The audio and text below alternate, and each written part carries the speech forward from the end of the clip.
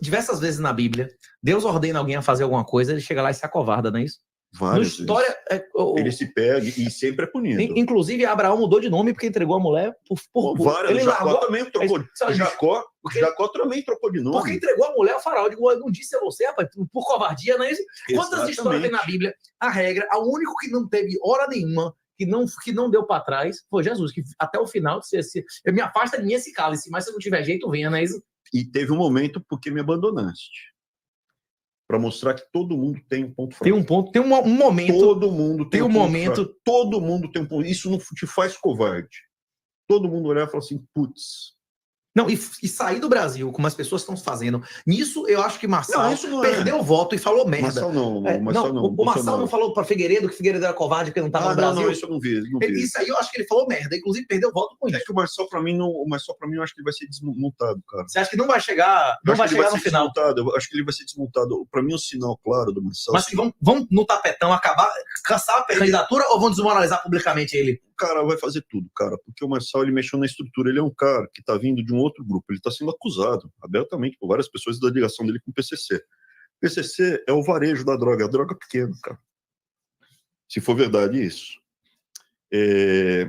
O Brasil, a República, ela está ligada a monopólios espúrios, tem muito tráfico de droga, mas o tráfico de droga do topo é atacadista, é o que é exportado para o resto do mundo. A cocaína do mundo é exportada pelo Porto de Santos.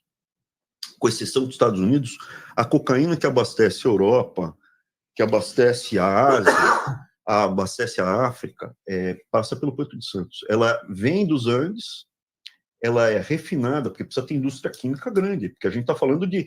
O Brasil estimativa 120 toneladas que passam pelo Porto de Santos. Anual.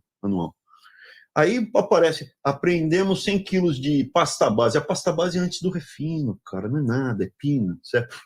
Pegamos aqui nada. Então, assim, por que tem acusações? É importante, tem direito à defesa, mas não seria apenas o Cariani.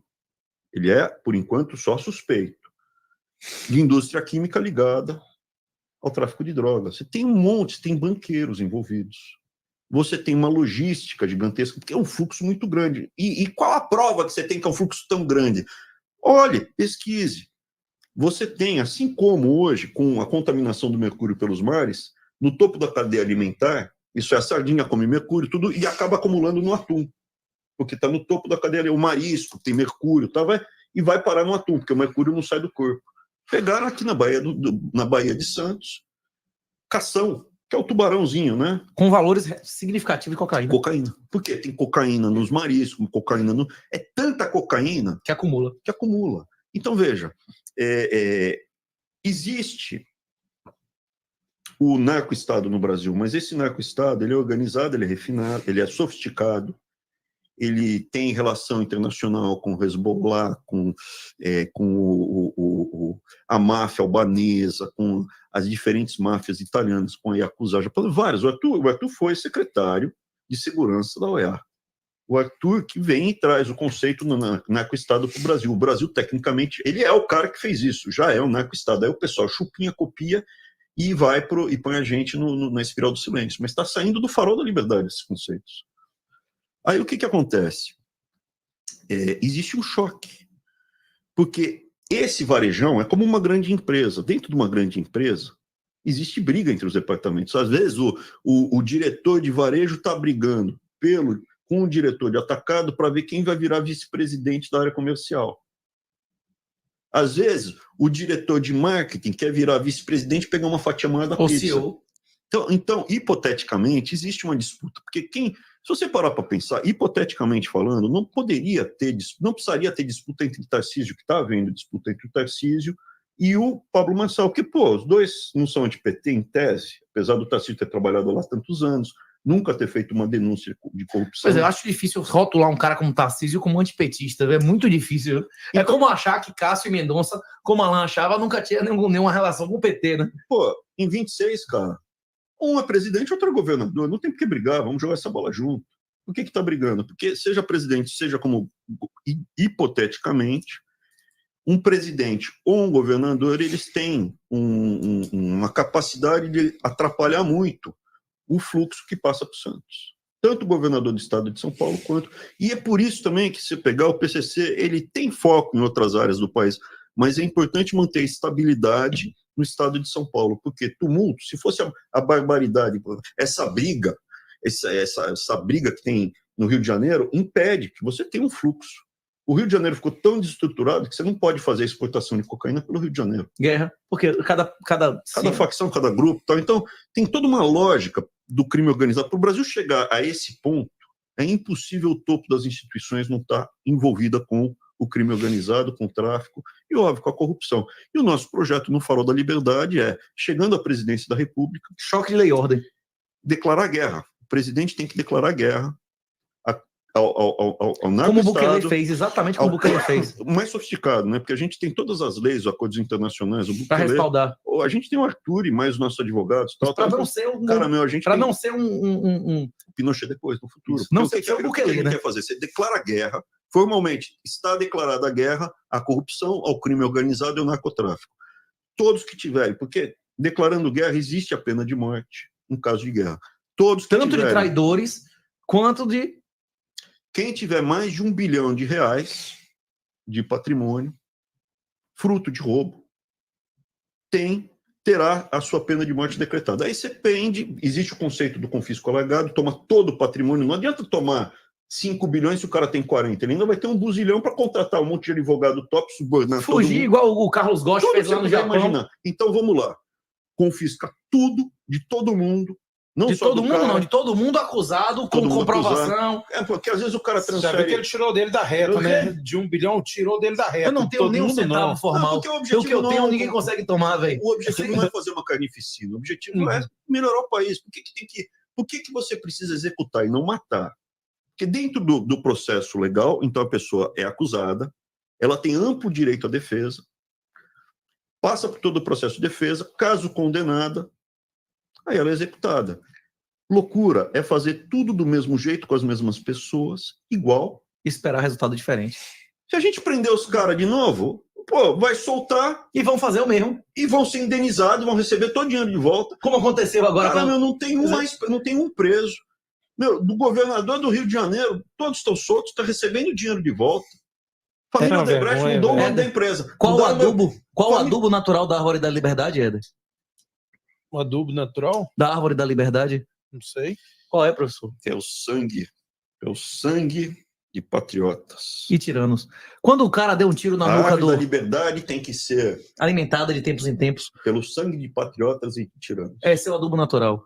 Agora, a frase que a gente estava falando de Júlio César aqui, a frase na peça clássica lá de Júlio César, que ele disse quando executa o próprio pai, sic semper tyrannis, é a mesma frase que John Wilkes Booth disse aqui na frente de 200 pessoas quando deu um tiro na nuca de Lincoln, não é isso? Você pode ser quem for, mas é assim que morrem os tiranos, não é isso? Sabe o que é triste? Sabe o que é triste? Na história do Brasil, você tem episódios de uma profundidade gigantesca e tudo isso se perdeu, cara. O Pedro I talvez seja uma das pessoas mais vilipendiadas historicamente. O Pedro II, ele não foi o melhor governante do Brasil. Mas ele queria ser professor, ele intelectual, acadêmico, né? Assim, o Pedro II veio aqui para os Estados Unidos. Sabia disso? Sim, na Feira Mundial. Ele conheceu pessoalmente. Ele foi o primeiro chefe de Estado a visitar os Estados Unidos. Não, na Feira Mundial. Então, na Feira Mundial, ele conheceu todos os grandes inventores, o que tinha de pica de tecnologia, de tudo aqui. O primeiro chefe de Estado não foi alemão, não foi... O primeiro chefe de Estado a visitar os Estados Unidos foi o Pedro II. E sabe o que aconteceu quando ele circulou pelos Estados Unidos? E sabe o que aconteceu? Estava tendo eleição. Eles falaram, fica aqui, a gente quer votar em você para presidente. Teve um estado que ele recebeu mais votos. Ele recebeu, ficou em primeiro lugar, cara. Tem isso mesmo. O Pedro II, cara, ele não é que ele foi o melhor governante do Brasil, um dos melhores governantes do Brasil, ele foi um dos melhores governantes da história da humanidade. Ponto final. Ponto final. Teve esse momento que ele terminou mal, teve um erro. E a falha de ser secular e ficar fazendo zombaria da igreja que legitimava a sua posição. Outra mentira. A princesa Isabel, não sei o que lá, era uma porcaria, era uma carola. A princesa Isabel era fervorosa. A princesa Isabel, o terceiro reinado já tinha começado. A princesa Isabel já estava governando nos últimos 10 anos. Só que o pai ainda tinha a última palavra. Mas quem estava tocando já era a princesa Isabel. Mas eu acho que o cara mais vilipendiado foi o Pedro I, porque o Pedro I, ele é herói em dois países. Pode falar, é maçom, mas era um cara corajoso, era um cara guerreiro, era um cara peitudo. E vindo de onde ele veio, porque o que acontece? A mãe dele era uma louca devassa, e o pai não era burro, né? De todos... O único que enganou Napoleão, o único que venceu Napoleão, não é isso? Cara, nada como tá com o 38, cara. Eu aqui, cara... Não, mas é a nossa história. Cara, meu, é a nossa história, né? Eu aqui nadando com boinha no braço e o cara dando cambalhota. Se você tá de boinha, imagina eu. Se vocês quiserem acompanhar todas essas batalhas que ele tá mencionando aqui, inclusive a batalha que ele mencionou, a Covadonga, tem lá em Bass Battles aqui no YouTube, tem tudo isso, vale a pena pra caralho. Eu sou um burro com sorte de estar aqui na frente dos dois aprendendo, cara. O título do príncipe regente da Espanha é Príncipe das Astúrias, porque Covadonga fica nas Astúrias da batalha que ele mencionou. Cara, meu, a história da nação luso-brasileira, cara, é absurdo, cara, é absurdo. E a gente perdeu tudo isso. Mas Pedro I, ele não gostava da dona Leopoldina, cara, meu, mas ela era uma Habsburgo, não, e a Guerra Civil, imagine, o Brasil teve a Constituição em 1824 e nós impusemos a Constituição de Portugal 2 anos depois, com o exército brasileiro entrando na Guerra Civil lá, impondo a Constituição de Portugal. Imagine que colônia ousada da zorra, né? Que monta um exército para entrar Ele colocou o patrimônio pessoal dele. É isso. O Pedro I colocou até as joias da mulher dele na parada, e tudo. Ele zerou o patrimônio, ele fez um all-in com o dinheiro dele para tirar Portugal da mão do irmão dele. O cara era muito... Miguel, né? Miguel, o nome do irmão dele? Isso, e Miguel sobreviveu a ele uns 30 anos ainda. Em vez de ele podia ter cortado o irmão no final, ainda deixou o irmão viver. Para mim, a história é fascinante, é muito fascinante. E a gente perdeu, mas ele pode ser resgatado, que é um período curto, do ponto de vista de uma nação, é um período curto. Dá para resgatar? Lógico que dá. Mas tem que ser diferente, com outras pessoas de outra forma. O Moro vai fazer isso? Não vai. Eu conheci o Moro. O Moro, ele está preocupado enquanto ele vai ganhar, se o ticket não sei o que, é uma pessoa ligada em coisas pequenas.